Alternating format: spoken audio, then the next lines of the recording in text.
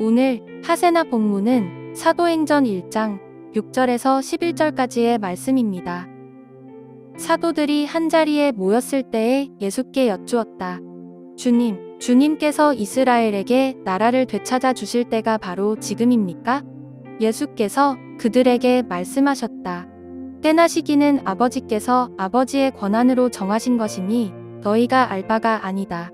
그러나 성령이 너희에게 내리시면 너희는 능력을 받고 예루살렘과 온 유대와 사마리아에서 그리고 마침내 땅 끝에까지 이르러 내 증인이 될 것이다.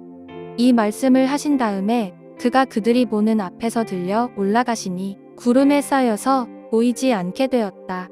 예수께서 떠나가실 때에 그들이 하늘을 쳐다보고 있는데 갑자기 흰옷을 입은 두 사람이 그들 곁에 서서 갈릴리 사람들아, 어찌하여 하늘을 쳐다보면서 서 있느냐?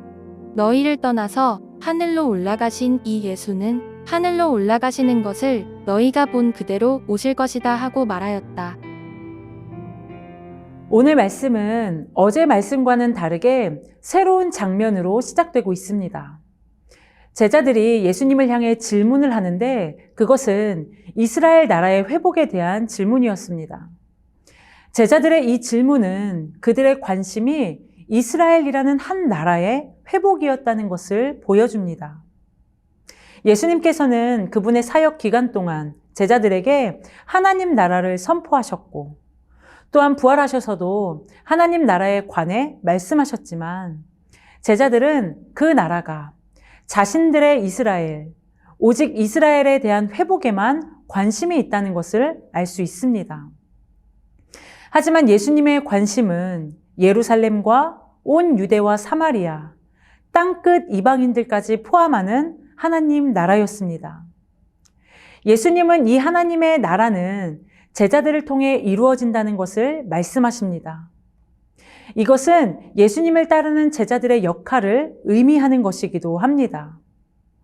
사도행전 1장 8절의 말씀은 사도행전에 있어서 가장 핵심적인 구절로 사도행전 전체에서 매우 중요한 역할을 하는 말씀입니다. 성령이 너희에게 임하시면이라는 말씀은 어제 말씀에서 아버지께서 약속하신 성령 세례를 말하는 것인데 이것은 사도행전 2장에서 오순절 성령의 강림으로 성취될 것입니다. 예수님은 그 약속하신 성령이 임하면 제자들에게 두 가지 현상이 일어날 것을 말씀하시는데 첫째는 능력을 받는 것이고 둘째는 주님의 증인이 되는 것입니다. 예수님은 이 말씀을 하신 후에 승천하셨고 이 장면을 지켜보던 제자들에게 흰옷을 입은 두 사람, 즉 두 천사가 예수님께서 하늘로 가심을 본 그대로 오실 것이라고 증거했습니다. 다른 복음서의 저자들과는 달리 누가만 유일하게 예수님의 승천에 대해 기록했습니다. 부활은 단순히 죽음에서 살아난 것만이 아닌 예수님께서 하나님 우편으로 승천하신 사건입니다.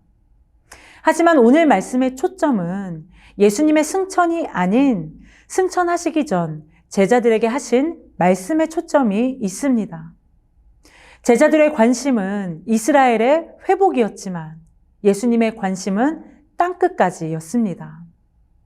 제자들은 이제 능력을 받고 증인으로 살아가야 할 것인데 이 일은 오직 성령이 임하실 때 가능한 것입니다. 성령으로 거듭나야 하나님 나라의 증인이 될 수 있는 것입니다.